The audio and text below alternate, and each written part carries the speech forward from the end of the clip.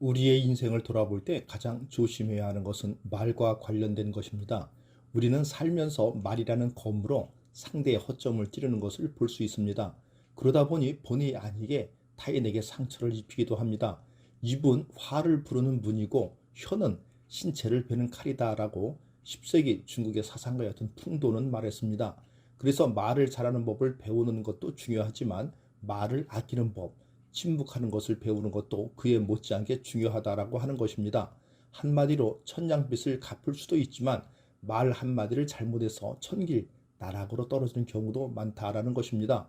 바벨탑을 높이 쌓아 신의 영역에 도달하려는 인간의 무모한 욕망을 좌절시키기 위해 신은 채찍을 드는 대신 언어를 교란시켰습니다. 서로 다른 언어 앞에서 결국 인간은 무너지고 와해됐습니다. 우리는 이처럼 언어의 힘과 그 중요성을 알고 있으나 일상생활에서 말 때문에 화를 입는 경우도 적지 않습니다. 말을 많이 하다 보면 뜻하지 않게 실언하는 경우도 종종 생깁니다. 누군가와 대화하는 도중에 혹시 모르는 게 있으면 괜히 아는 척하지 말고 솔직하게 모른다고 말하시는 것이 더 좋습니다. 한 번의 거짓말은 또 다른 거짓말을 낳고 그 거짓말이 눈덩이처럼 불어나 예기치 않게 일을 꼬이게 만들 수도 있기 때문입니다. 책 한 권 읽은 사람이 가장 무섭다는 말처럼 확증 편향을 강하게 주장하는 사람보다는 아는 것이 아무것도 없다라며 겸손한 태도로 상대의 말에 귀 기울이는 사람이 이 세상의 평화에 더 많이 기여합니다. 말이나 글로 상처를 받은 마음에 남은 빚은 크고 오래갑니다. 말이나 글로 남긴 자취는 결코 지울 수 없습니다. 이것이 말의 성질입니다. 노자는 도덕경에서 말의 핵심으로 간결함을 강조했습니다. 말이 많으면 처지가 궁색해지고 마음속에 담아두는 것만 못하다고 했습니다. 도덕경 5장을 보면 이러한 노자의 언어관이 잘 드러나는 일화가 하나 있습니다. 어느 날 공자가 자신의 저서를 주나라의 도서관에 보관하기 위해 그곳에서 사서로 근무하던 노자를 찾아왔습니다. 처음에 노자는 공자의 제의를 거절했습니다. 그러나 공자가 계속해서 강하게 부탁하자 노자는 먼저 책의 내용을 설명해 보라고 합니다. 공자는 자신의 저서 12권을 책상 위에 펼쳐놓고 주저리 설명해 나갔습니다. 그러자 노자는 이렇게 말했습니다. 너무 번잡하니 요점만 말하시오. 사람의 내공이 얕으면 말이 번잡해집니다. 사물의 핵심을 꿰뚫어보는 통찰력을 갖추려면 먼저 간결하고 담백한 언어 습관을 갖춰야 합니다. 마르틴 하이데거가 말했듯이 언어는 존재의 집이기도 하고 세계를 비추는 거울이기도 합니다. 삶이 편해지기 위해서는 사는 집이 단촐해야 하듯이 인간 관계를 편하게 하기 위해서는 사용하는 말이 쉽고 간결해야 합니다. 말은 각자 외딴 섬에서 외롭게 살아가는 사람들 사이를 연결해주는 다리입니다. 다리가 부실하면 서로 잘 오갈 수 없듯이 말이 튼실하지 않으면 소통이 어려워집니다. 품격이라는 단어에 쓰는 품자가 입구자 3개로 만들어진 것처럼 말은 그 사람의 인격을 나타냅니다. 사용하는 언어에서 매화처럼 은은한 향기가 나는 사람이야말로 진실한 사람입니다. 몸이 구부정하면 그림자도 구부정하듯이 사용하는 말이 곧지 않으면 사람의 됨됨이도 곧지 않게 됩니다. 현명한 사람은 해야 할 말이 있을 때 말을 합니다. 하지만 어리석은 자는 무엇이든 말을 해야 하기 때문에 말을 합니다. 빈수레가 가장 유란한 법입니다. 지혜가 적을수록 수다가 많아집니다. 때로는 침묵이 최대의 답일 수 있습니다. 내가 이 세상에서 가장 현명한 이유는 단 한 가지 사실을 알고 있기 때문입니다. 내가 아무것도 알지 못한다는 이 한 가지 사실을 말입니다.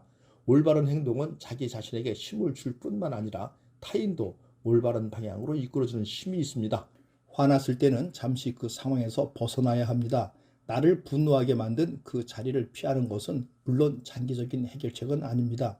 하지만 상황에서 한 발자국 떨어져 있는 동안 문제에 대해 냉철하게 생각해 볼 시간을 가질 수 있습니다. 화가 머리 꼭대기까지 차 있는 상태에서는 옳은 판단을 내리기 어렵습니다.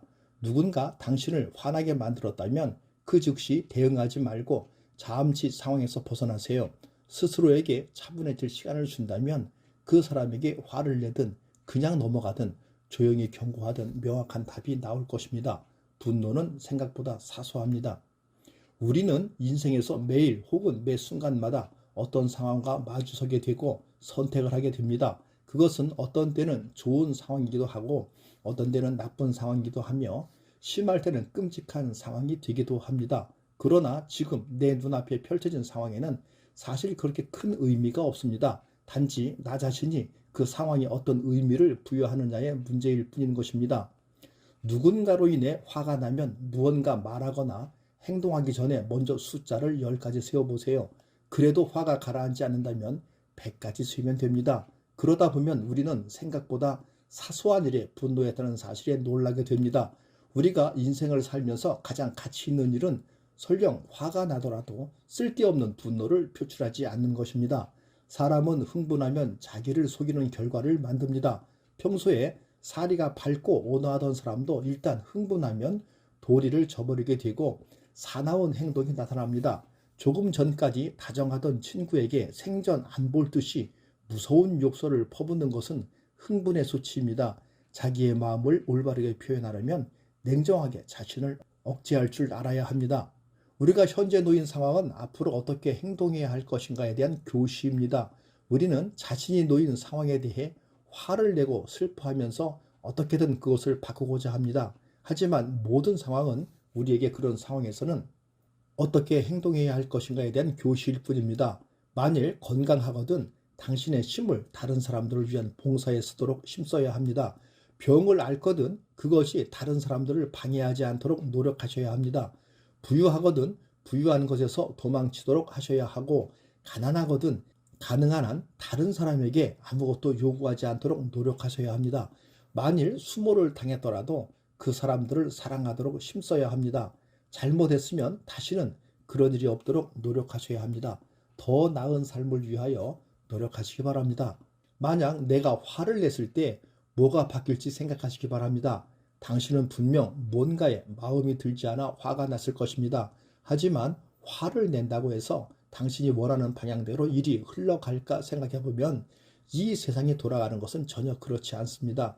실컷 화를 낸 뒤 원하는 것을 얻어낼 가능성은 거의 없다고 볼 수 있습니다. 화가 나는 상황이어도 당신의 목표가 무엇인지 다시 한번 생각해 보시기 바랍니다. 나쁜 일은 좋은 약에 불과합니다. 지금 우리에게 나쁜 일들이 일어난다면 이 나쁜 일들을 환자가 먹는 약이라고 생각하세요. 약은 맛이 쓰지만 아픈 몸을 치료합니다. 고난과 역경은 나의 정신에는 약이 되므로 기뻐하세요. 진짜 고통은 나의 내면을 기만할 때에만 존재하는 법입니다. 무언가 두렵고 화가 난다면 그 이유는 바깥이 아닌 바로 자기 안에 있음을 기억하세요. 성내기를 심히 하면 기운을 상하고 생각을 많이 하면 크게 정신을 소모하게 됩니다.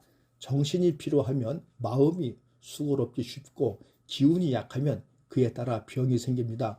슬퍼하고 기뻐하는 것을 심하게 말며 음식은 마땅히 고르게 하며 밤에 술 취하는 것을 거듭 금하고 무엇보다 마음이 고요한 새벽에 성내는 것을 경계하시기 바랍니다. 아무리 화가 났어도 나에게 상처 준 사람을 놓아주어야 합니다. 왜냐하면 이것은 상처를 준 사람에게 똑같이 해주려는 마음을 풀고 복수에 대한 욕구를 포기하는 것입니다. 이것은 나에게 상처를 주는 행동들의 원인을 이해하게 되면 때때로 자연스럽게 찾아오기도 합니다. 나에게 상처를 준 사람을 놓아주게 되면 어느 정도 분노가 한 번에 풀리기도 하고 이를 통해 어떻게 용서하는지도 배우게 됩니다. 용서는 실제로 어떤 사람을 풀어주거나 놓아준다는 의미를 가지고 있습니다. 내가 다른 사람에게 원한을 품고 용서하지 않는다면 상대방과 감정적인 끈으로 묶여 있는 것입니다. 그러므로 그 끈을 풀려면 용서를 통해 상처를 준 사람을 의식적이고 의도적으로 놓아줘야 합니다. 살면서 화가 났을 때 어떻게 해야 할까? 화를 나게 한 대상에게 화를 쏟아내시나요? 아니면 마음속으로 꾹 참고 스트레스 받고 계신가요? 사람인 이상 화가 없는 사람은 없을 것입니다. 하지만 화가 났을 때 그 화를 푸는 방법은 모두가 다릅니다. 과연 화가 났을 때는 어떻게 하는 것이 좋을까요? 무조건 참는 것이 상책일까요? 아니면 참지 말고 할 말은 해야 할까요? 화가 났을 때는 소리내어 용서의 말을 해보는 것도 좋습니다. 특히 다른 사람들이 있는 곳에서 하면 그 효과가 훨씬 더 큽니다. 반대로 복수를 원하거나 상대방에게 나쁜 일이 생기길 원하면 자신에게 더 많은 분노가 쌓이게 될 것이고 다른 사람이 보복으로 분노를 다시 뿌리내리게 할 가능성도 많아집니다. 누군가를 놓아주는 데 있어서 가장 중요한 것은 상대방이 스스로의 잘못을 깨닫고 관계를 바로잡기 위해 먼저 노력할 것이라는 마음속의 기대를 포기하는 것입니다. 우리에게 상처를 준 사람은 대부분 한 곳에 붙박혀 있는 등대와도 같습니다. 그들은 대부분 그 방향을 바꿔서 남들에게 사랑받는 사람이 되려고 하지 않습니다. 그들은 굳건한 바위처럼 옴짝달싹하지 않습니다. 우리는 그들을 우리의 분노로부터 풀어줌으로써 그들로부터 돌아설 수도 있고 반대로 엄청난 재난을 향해 나아갈 수도 있습니다. 상대방과 비교하여 승패를 가리지 마세요. 다른 사람과 비교하지 말고 자신과 경쟁하셔야 합니다. 우리는 끝없이 남과 비교하면서 우울감과 열등감에서 헤어나오지 못할 때가 있습니다. 혹은 반대로 나는 남들보다 일도 잘하고 돈도 많다는 우월감을 느끼기도 합니다. 우리는 늘 다른 사람과 비교하면서 승패를 결정하려고 하고 있습니다. 그러나 이러한 마음은 남에게 이기고 싶다, 지고 싶지 않다라는 마음은 동기부여가 되기도 하지만 매사 남과 비교하다 보면 감정만 소모될 뿐 결국 내 인생에 아무런 도움도 되지 않습니다. 정말 내가 비교해야 될 대상이 있다면 그것은 다름 아닌 과거의 자신입니다. 어제의 내가 얼마나 성장했는지 비교하는 사람은 결국 올바른 방향으로 성장해 나갈 수가 있습니다. 매일매일 새로워지고 최선을 다하는 사람은 이미 모두가 인생의 승리자입니다. 누군가를 이기는 것보다 자기 자신을 극복하는 것이 중요합니다. 그리고 한 걸음 더 나아가 더 나아진 나의 모습을 머릿속으로 그려보고 더 나은 삶과 발전된 나를 목표로 삼아 나 자신과 경쟁해야 하는 것입니다. 사람들은 나약한 존재여서 어차피 성인이 될 수 없으므로 노력해도 안 됩니다. 그저 다른 사람들처럼 감정에 충실해서 살면 된다라고 흔히들 말하지만 그것은 크게 잘못된 생각입니다. 더 나은 생활을 하려고 노력하는 것은 성인이 되기 위해서가 아니라 전보다 조금이라도 더 나은 자신이 되기 위해서입니다. 그것이야말로 모든 사람에게 가장 중요한 일이며 그것이야말로 우리 한 사람 한 사람에게 더욱 중요한 것입니다. 한 번뿐인 인생, 더 나은 인생을 살아야 합니다. 그리고 한 번뿐인 인생 후반전을 행복하게 살아야 하기 때문입니다. 우리의 인생을 돌아볼 때 가장 조심해야 하는 것은 말과 관련된 것입니다. 우리는 살면서 말이라는 검으로 상대의 허점을 찌르는 것을 볼 수 있습니다. 그러다 보니 본의 아니게 타인에게 상처를 입히기도 합니다. 입은 화를 부르는 문이고 혀는 신체를 베는 칼이다라고 10세기 중국의 사상가였던 풍도는 말했습니다. 그래서 말을 잘하는 법을 배우는 것도 중요하지만 말을 아끼는 법, 침묵하는 것을 배우는 것도 그에 못지않게 중요하다라고 하는 것입니다. 한마디로 천냥빚을 갚을 수도 있지만 말 한마디를 잘못해서 천길 나락으로 떨어지는 경우도 많다라는 것입니다. 바벨탑을 높이 쌓아 신의 영역에 도달하려는 인간의 무모한 욕망을 좌절시키기 위해 신은 채찍을 드는 대신 언어를 교란시켰습니다. 서로 다른 언어 앞에서 결국 인간은 무너지고 와해됐습니다. 우리는 이처럼 언어의 힘과 그 중요성을 알고 있으나 일상생활에서 말 때문에 화를 입는 경우도 적지 않습니다. 말을 많이 하다 보면 뜻하지 않게 실언하는 경우도 종종 생깁니다. 누군가와 대화하는 도중에 혹시 모르는 게 있으면 괜히 아는 척하지 말고 솔직하게 모른다고 말하시는 것이 더 좋습니다. 한 번의 거짓말은 또 다른 거짓말을 낳고 그 거짓말이 눈덩이처럼 불어나 예기치 않게 일을 꼬이게 만들 수도 있기 때문입니다. 책 한 권 읽은 사람이 가장 무섭다는 말처럼 확증 편향을 강하게 주장하는 사람보다는 아는 것이 아무것도 없다라며 겸손한 태도로 상대의 말에 귀 기울이는 사람이 이 세상의 평화에 더 많이 기여합니다. 말이나 글로 상처를 받은 마음에 남은 빚은 크고 오래갑니다. 말이나 글로 남긴 자취는 결코 지울 수 없습니다. 이것이 말의 성질입니다. 노자는 도덕경에서 말의 핵심으로 간결함을 강조했습니다. 말이 많으면 처지가 궁색해지고 마음속에 담아두는 것만 못하다고 했습니다. 도덕경 5장을 보면 이러한 노자의 언어관이 잘 드러나는 일화가 하나 있습니다. 어느 날 공자가 자신의 저서를 주나라의 도서관에 보관하기 위해 그곳에서 사서로 근무하던 노자를 찾아왔습니다. 처음에 노자는 공자의 제의를 거절했습니다.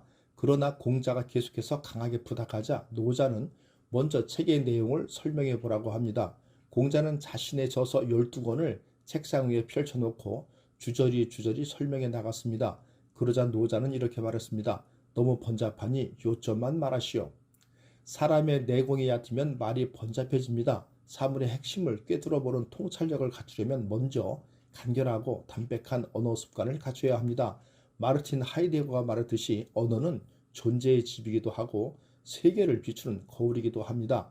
삶이 편해지기 위해서는 사는 집이 단촐해야 하듯이 인간 관계를 편하게 하기 위해서는 사용하는 말이 쉽고 간결해야 합니다. 말은 각자 외딴 섬에서 외롭게 살아가는 사람들 사이를 연결해주는 다리입니다. 다리가 부실하면 서로 잘 오갈 수 없듯이 말이 튼실하지 않으면 소통이 어려워집니다. 품격이라는 단어에 쓰는 품자가 입구자 3개로 만들어진 것처럼 말은 그 사람의 인격을 나타냅니다. 사용하는 언어에서 매화처럼 은은한 향기가 나는 사람이야말로 진실한 사람입니다. 몸이 구부정하면 그림자도 구부정하듯이 사용하는 말이 곧지 않으면 사람의 됨됨이도 곧지 않게 됩니다. 현명한 사람은 해야 할 말이 있을 때 말을 합니다. 하지만 어리석은 자는 무엇이든 말을 해야 하기 때문에 말을 합니다. 빈수레가 가장 요란한 법입니다. 지혜가 적을수록 수다가 많아집니다. 때로는 침묵이 최대의 답일 수 있습니다. 내가 이 세상에서 가장 현명한 이유는 단 한 가지 사실을 알고 있기 때문입니다. 내가 아무것도 알지 못한다는 이 한 가지 사실을 말입니다. 올바른 행동은 자기 자신에게 힘을 줄 뿐만 아니라 타인도 올바른 방향으로 이끌어주는 힘이 있습니다. 화났을 때는 잠시 그 상황에서 벗어나야 합니다. 나를 분노하게 만든 그 자리를 피하는 것은 물론 장기적인 해결책은 아닙니다. 하지만 상황에서 한 발자국 떨어져 있는 동안 문제에 대해 냉철하게 생각해 볼 시간을 가질 수 있습니다. 화가 머리 꼭대기까지 차 있는 상태에서는 옳은 판단을 내리기 어렵습니다. 누군가 당신을 화나게 만들었다면 그 즉시 대응하지 말고 잠시 상황에서 벗어나세요. 스스로에게 차분해질 시간을 준다면 그 사람에게 화를 내든 그냥 넘어가든 조용히 경고하든 명확한 답이 나올 것입니다. 분노는 생각보다 사소합니다. 우리는 인생에서 매일 혹은 매 순간마다 어떤 상황과 마주서게 되고 선택을 하게 됩니다. 그것은 어떤 때는 좋은 상황이기도 하고 어떤 때는 나쁜 상황이기도 하며 심할 때는 끔찍한 상황이 되기도 합니다. 그러나 지금 내 눈앞에 펼쳐진 상황에는 사실 그렇게 큰 의미가 없습니다. 단지 나 자신이 그 상황에 어떤 의미를 부여하느냐의 문제일 뿐인 것입니다. 누군가로 인해 화가 나면 무언가 말하거나 행동하기 전에 먼저 숫자를 10가지 세워보세요. 그래도 화가 가라앉지 않는다면 100가지 세우면 됩니다. 그러다 보면 우리는 생각보다 사소한 일에 분노했다는 사실에 놀라게 됩니다. 우리가 인생을 살면서 가장 가치 있는 일은 설령 화가 나더라도 쓸데없는 분노를 표출하지 않는 것입니다. 사람은 흥분하면 자기를 속이는 결과를 만듭니다. 평소에 사리가 밝고 온화하던 사람도 일단 흥분하면 도리를 저버리게 되고 사나운 행동이 나타납니다. 조금 전까지 다정하던 친구에게 생전 안 볼 듯이 무서운 욕설을 퍼붓는 것은 흥분의 수치입니다. 자기의 마음을 올바르게 표현하려면 냉정하게 자신을 억제할 줄 알아야 합니다. 우리가 현재 놓인 상황은 앞으로 어떻게 행동해야 할 것인가에 대한 교시입니다. 우리는 자신이 놓인 상황에 대해 화를 내고 슬퍼하면서 어떻게든 그것을 바꾸고자 합니다. 하지만 모든 상황은 우리에게 그런 상황에서는 어떻게 행동해야 할 것인가에 대한 교시일 뿐입니다. 만일 건강하거든 당신의 힘을 다른 사람들을 위한 봉사에 쓰도록 힘써야 합니다.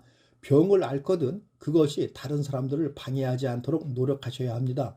부유하거든 부유한 것에서 도망치도록 하셔야 하고 가난하거든 가능한 한 다른 사람에게 아무것도 요구하지 않도록 노력하셔야 합니다. 만일 수모를 당했더라도 그 사람들을 사랑하도록 힘써야 합니다. 잘못했으면 다시는 그런 일이 없도록 노력하셔야 합니다. 더 나은 삶을 위하여 노력하시기 바랍니다. 만약 내가 화를 냈을 때 뭐가 바뀔지 생각하시기 바랍니다. 당신은 분명 뭔가에 마음이 들지 않아 화가 났을 것입니다. 하지만 화를 낸다고 해서 당신이 원하는 방향대로 일이 흘러갈까 생각해보면 이 세상이 돌아가는 것은 전혀 그렇지 않습니다. 실컷 화를 낸 뒤 원하는 것을 얻어낼 가능성은 거의 없다고 볼 수 있습니다. 화가 나는 상황이어도 당신의 목표가 무엇인지 다시 한번 생각해 보시기 바랍니다. 나쁜 일은 좋은 약에 불과합니다.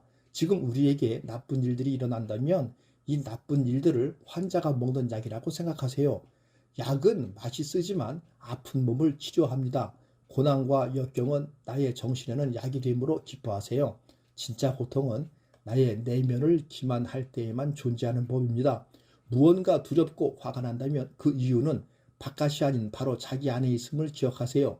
성내기를 심히 하면 기운을 상하고 생각을 많이 하면 크게 정신을 소모하게 됩니다. 정신이 피로하면 마음이 수고롭기 쉽고 기운이 약하면 그에 따라 병이 생깁니다. 슬퍼하고 기뻐하는 것을 심하게 말며 음식은 마땅히 고르게 하며 밤에 술 취하는 것을 거듭 금하고 무엇보다 마음이 고요한 새벽에 성내는 것을 경계하시기 바랍니다. 아무리 화가 났어도 나에게 상처 준 사람을 놓아주어야 합니다. 왜냐하면 이것은 상처를 준 사람에게 똑같이 해주려는 마음을 풀고 복수에 대한 욕구를 포기하는 것입니다. 이것은 나에게 상처를 주는 행동들의 원인을 이해하게 되면 때때로 자연스럽게 찾아오기도 합니다. 나에게 상처를 준 사람을 놓아주게 되면 어느 정도 분노가 한 번에 풀리기도 하고 이를 통해 어떻게 용서하는지도 배우게 됩니다. 용서는 실제로 어떤 사람을 풀어주거나 놓아준다는 의미를 가지고 있습니다. 내가 다른 사람에게 원한을 품고 용서하지 않는다면 상대방과 감정적인 끈으로 묶여 있는 것입니다. 그러므로 그 끈을 풀려면 용서를 통해 상처를 준 사람을 의식적이고 의도적으로 놓아줘야 합니다. 살면서 화가 났을 때 어떻게 해야 할까? 화를 나게 한 대상에게 화를 쏟아내시나요? 아니면 마음속으로 꾹 참고 스트레스 받고 계신가요? 사람인 이상 화가 없는 사람은 없을 것입니다. 하지만 화가 났을 때 그 화를 푸는 방법은 모두가 다릅니다. 과연 화가 났을 때는 어떻게 하는 것이 좋을까요? 무조건 참는 것이 상책일까요? 아니면 참지 말고 할 말은 해야 할까요? 화가 났을 때는 소리내어 용서의 말을 해보는 것도 좋습니다. 특히 다른 사람들이 있는 곳에서 하면 그 효과가 훨씬 더 큽니다. 반대로 복수를 원하거나 상대방에게 나쁜 일이 생기길 원하면 자신에게 더 많은 분노가 쌓이게 될 것이고 다른 사람이 보복으로 분노를 다시 뿌리내리게 할 가능성도 많아집니다. 누군가를 놓아주는 데 있어서 가장 중요한 것은 상대방이 스스로의 잘못을 깨닫고 관계를 바로잡기 위해 먼저 노력할 것이라는 마음속의 기대를 포기하는 것입니다. 우리에게 상처를 준 사람은 대부분 한 곳에 붙박혀 있는 등대와도 같습니다. 그들은 대부분 그 방향을 바꿔서 남들에게 사랑받는 사람이 되려고 하지 않습니다. 그들은 굳건한 바위처럼 옴짝달싹하지 않습니다. 우리는 그들을 우리의 분노로부터 풀어줌으로써 그들로부터 돌아설 수도 있고 반대로 엄청난 재난을 향해 나아갈 수도 있습니다. 상대방과 비교하여 승패를 가리지 마세요. 다른 사람과 비교하지 말고 자신과 경쟁하셔야 합니다. 우리는 끝없이 남과 비교하면서 우울감과 열등감에서 헤어나오지 못할 때가 있습니다. 혹은 반대로 나는 남들보다 일도 잘하고 돈도 많다는 우월감을 느끼기도 합니다. 우리는 늘 다른 사람과 비교하면서 승패를 결정하려고 하고 있습니다. 그러나 이러한 마음은 남에게 이기고 싶다, 지고 싶지 않다라는 마음은 동기부여가 되기도 하지만 매사 남과 비교하다 보면 감정만 소모될 뿐 결국 내 인생에 아무런 도움도 되지 않습니다. 정말 내가 비교해야 될 대상이 있다면 그것은 다름 아닌 과거의 자신입니다. 어제 내가 얼마나 성장했는지 비교하는 사람은 결국 올바른 방향으로 성장해 나갈 수가 있습니다. 매일매일 새로워지고 최선을 다하는 사람은 이미 모두가 인생의 승리자입니다. 누군가를 이기는 것보다 자기 자신을 극복하는 것이 중요합니다. 그리고 한 걸음 더 나아가 더 나아진 나의 모습을 머릿속으로 그려보고 더 나은 삶과 발전된 나를 목표로 삼아 나 자신과 경쟁해야 하는 것입니다. 사람들은 나약한 존재여서 어차피 성인이 될 수 없으므로 노력해도 안 됩니다. 그저 다른 사람들처럼 감정에 충실해서 살면 된다라고 흔히들 말하지만 그것은 크게 잘못된 생각입니다. 더 나은 생활을 하려고 노력하는 것은 성인이 되기 위해서가 아니라 전보다 조금이라도 더 나은 자신이 되기 위해서입니다. 그것이야말로 모든 사람에게 가장 중요한 일이며 그것이야말로 우리 한 사람 한 사람에게 더욱 중요한 것입니다. 한 번뿐인 인생, 더 나은 인생을 살아야 합니다. 그리고 한 번뿐인 인생, 인생 후반전을 행복하게 살아야 하기 때문입니다.